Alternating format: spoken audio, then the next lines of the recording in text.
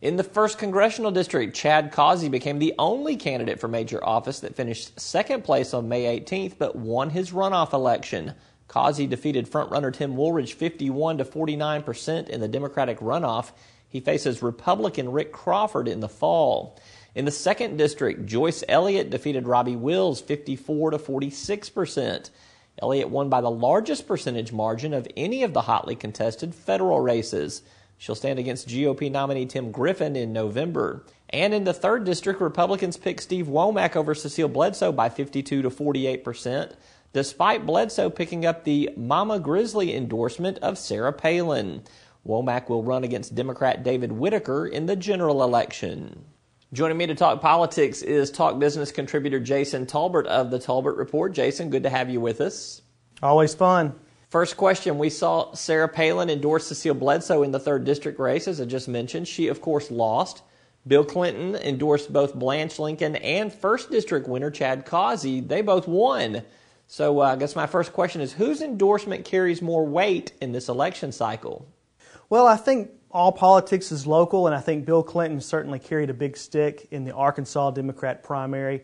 Sarah Palin's probably a bigger figure on the national stage, but in the state of Arkansas, Bill Clinton definitely proved he is a force to be reckoned with.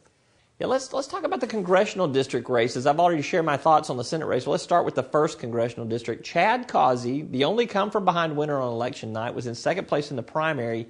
He's catapulted himself into 1st place in that runoff. What do you think he did to move himself into that 1st place finish over Tim Woolridge? Well, you mentioned Bill Clinton. Obviously, his endorsement there in the last week, the commercial he cut for him, certainly, I think, pushed him over the edge. It was a narrow win, but he did finish across that finish line with the most votes. He also got some support from some of the other opponents who lost in the May primary, and I think those supporters helped him as well. And Joyce Elliott wins by the biggest margin of anybody that was in any of these high-profile races we're looking at. She beats Robbie Wills handily, although the race was pretty tight late into the evening. What would you say about the Wills strategy to go after Elliott on those mail pieces and in some of his advertising? Do you think that tactic backfired? Do you think it brought him closer than he would have otherwise? Well, I was very critical of it when he first did it, but I think in the end, negative works. And he was able to close the gap and make it a much closer race than we thought it would be. Joyce Elliott's strength in Pulaski County was the reason she was able to pull off that win. Now, the mailer may have resulted in helping turn out Elliott's vote in Pulaski County, but in the other surrounding areas, I think it actually helped draw out some of his support. As she faces GOP nominee Tim Griffin in the general election, I have a feeling we're going to be seeing some of his primary mailer activity, perhaps again in some Tim Griffin advertising in the fall. I think you will. I think it'll be a real difference of ideology. I think you'll have some left versus right differences in that race. It'll be a difficult, hard-fought race, but it will be a race, I think, that will be focused on the issues and not so much negative politics. Well, I think negative politics is going to be there in the fall in all those races, so I'm going to have to disagree with you there.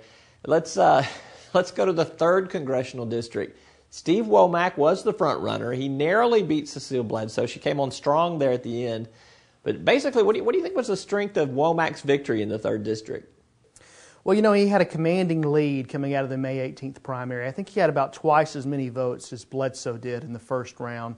Bledsoe was able to close that gap. That was the last race called in the state. So she was able to make it close, but in the end, she just couldn't quite catch him.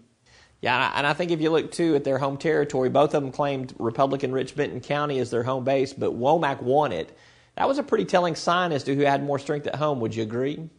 I would agree. Womack also had a very effective ad he had in the last few days of the race.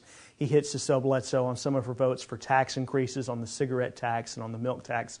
I think that made a big difference in the closing days of the campaign.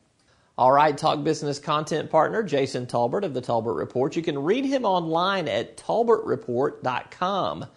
Jason, thanks. Always fun to be here.